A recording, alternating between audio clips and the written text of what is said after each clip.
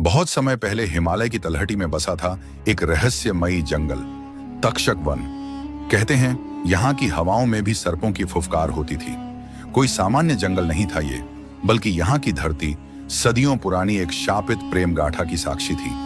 इसी वन में जन्मी थी नागिन वैष्णवी, सौंदर्य की मूर्ति जिसकी आंखों में जादू और हृदय में एक रहस्य छिपा था। वह आम नागिनों से अलग थी। उसे इंसानों से घृणा नहीं, बल्कि एक रहस्यमयी आकर्षण था। हर पूर्णिमा की रात वह इंसानी रूप धारण कर पास के गांव कुशलपुर की ओर चली जाती, जहां वह दूर से किसी एक युवक को निहारा करती। आर्यमान एक साधारण युवक था, मगर उसकी आंखों में एक अलग शांति और करुणा थी। वह अक्सर तक्षक वन के किनारे बैठकर सितारों को निहारा करता, मानो किसी को खोज रहा हो। और वैष्णवी यही सोचती, क्या ये मुझे देख सकता है? उसी रात जब चांद अपने पूर्ण सौंदर्य पर था, वैष्णवी एक रहस्यमयी निर्णय लेती है। अब और नहीं, इस बार मैं उससे बात करूंगी।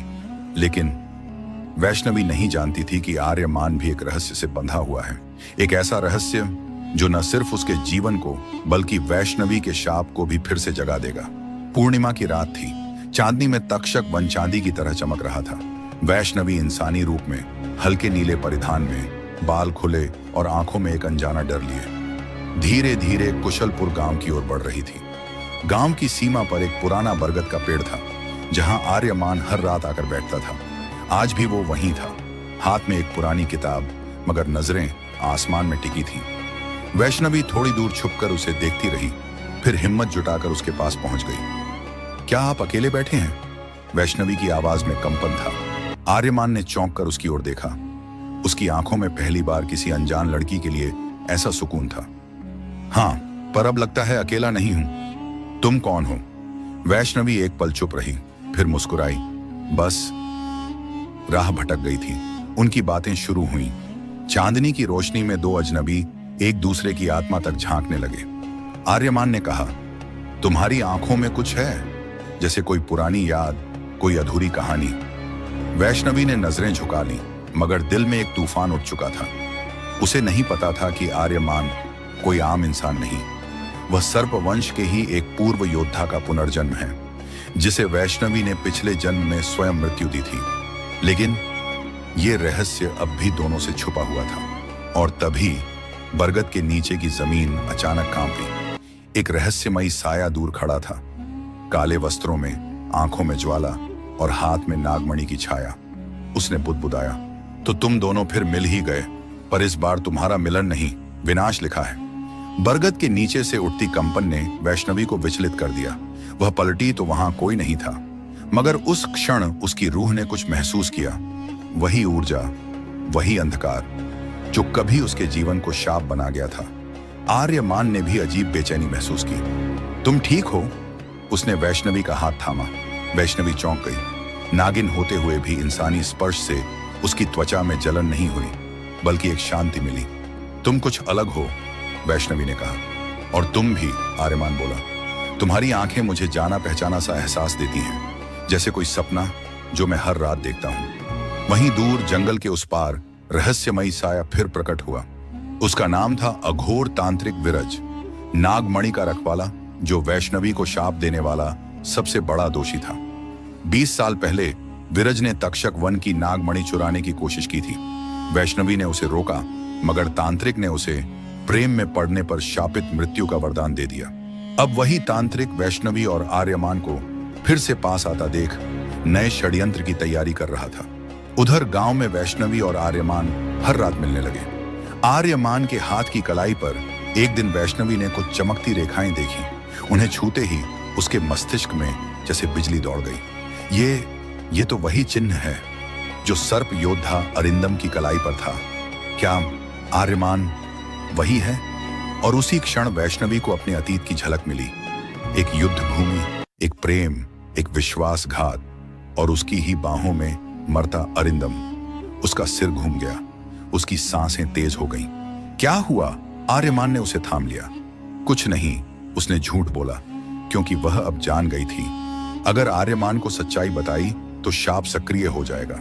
जहां सपनों और सच्चाई की सीमाएं धुंधली होने लगती हैं और प्रेम के साथ आता है डर।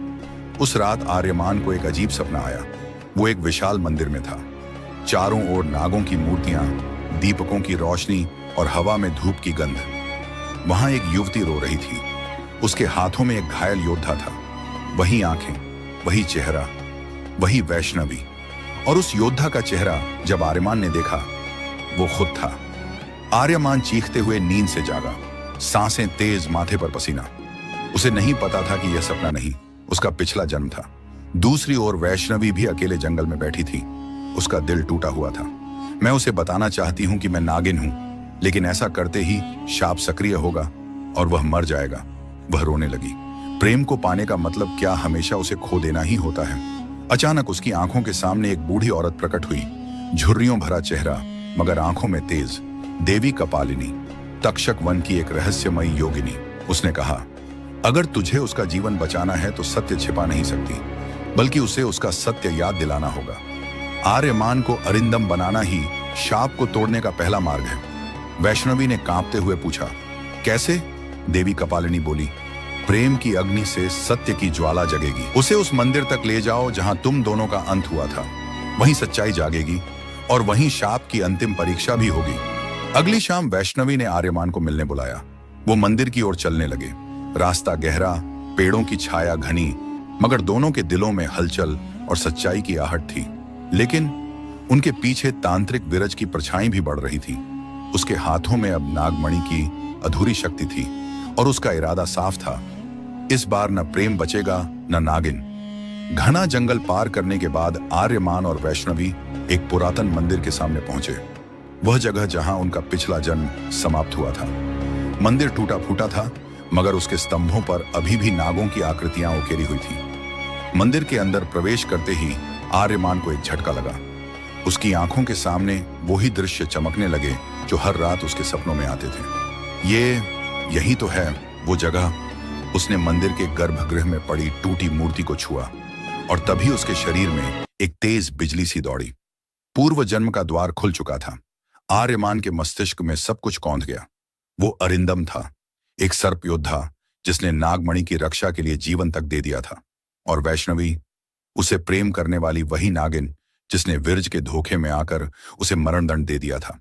लेकिन जब सच्चाई सामने आई तो उसने खुद को भी श्राप दे दिया, जिससे प्रेम करूंगी उसकी मृत्यु निश्चित होगी। आर्यमान अब पूरी सच्चाई जान चुका था। उसने वैष्णवी को देखा और उसके आंसुओं को अपने हाथों से पोंछते हुए कहा, तुमने मुझसे जीवन नहीं छीना, बल्कि प्रेम में अपनी आत्मा तक अर्पित कर दी थी। अब इस जन्म में मैं तुम्हारा हूं, चाहे परिणाम कुछ भी हो। उसने वैष्णवी को बाहों में भर लिया और तभी मंदिर की जमीन कांप उठी। तांत्रिक विरज प्रकट हुआ। उसके हाथों में चमकती अधूरी नागमणि और चेहरे पर सन की हंसी। तो आखिरकार तुम दोनों ने अपना अतीत पहचान ही लिया। अब देखो शाप का असर क्या होता है। उसने नागमणि को जमीन पर फेंका। एक तेज प्रकाश फैला और मंदिर की दीवारें हिलने लगीं। नागों की मूर्तियां फुसफुसाने लगीं। प्रेम की परीक्षा शुरू हो चुकी थी। अब वैष्णवी को आर्यमान की जान बचाने के लिए अपनी नाग शक्ति त्यागनी होगी, या फिर तांत्रिक विरज को हराने के लिए दोनों को एक होना होगा।